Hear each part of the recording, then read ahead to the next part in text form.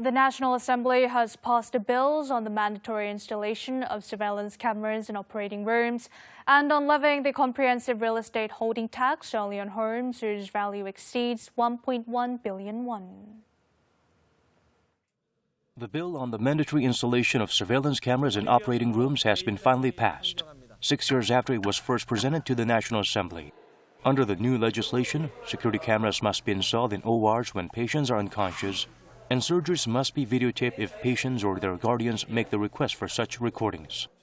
외부와 엄격히 차단된 수술실에서 발생할 수 있는 범죄 행위를 예방하고 의료 분쟁의 적정한 해결을 도모할 수 있도록 하려는 것입니다. The new regulation will take effect 2 years after the law is proclaimed.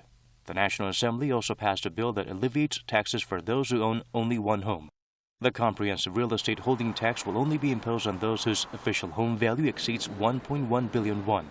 The Justice Party and the Basic Income Party voted against it. They say the bill does little to stabilize housing supply for low-income earners.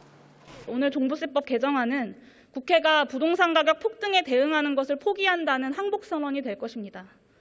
Other bills passed this time include the revision of the military court law, which calls for perpetrators of sexual crimes in the military and crimes committed prior to military service to be tried in private courts, and the carbon neutrality basic law, which calls for cutting greenhouse gas emissions by 35% by 2030. The bill on the revision of the Private Education Act has been passed despite opposition from the People Power Party. The revised law mandates that teachers applying to private schools take written tests overseen by municipal and provincial offices of education.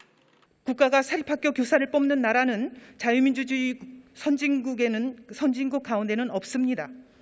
The bill on the revision of the Court Organization Act, which calls for reducing legal experience to 5 years for prospective judges, has been voted down.